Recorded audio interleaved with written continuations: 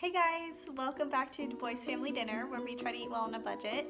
So today we have another busy day and we will not have time to cook dinner tonight. So I am going to be making a crock pot dinner. I've actually never made this in the crock pot before, so I'm hoping it works.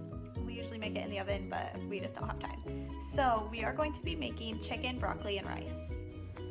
Alright, so to get this started, we've got 1 chicken breast in the crock pot. We are going to add 2 cups of rice, 4 cups of water, and then we're going to add 2 cubes of chicken broth.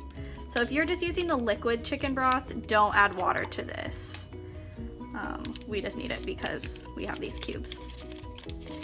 So I'll add those 2 cubes, and then we are going to season it with some salt, pepper, and then Tony's.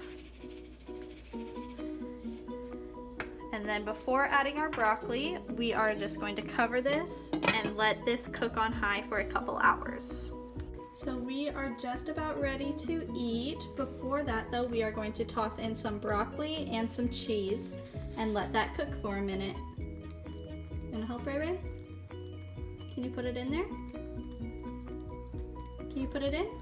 Good job! Can you do it again? Good job.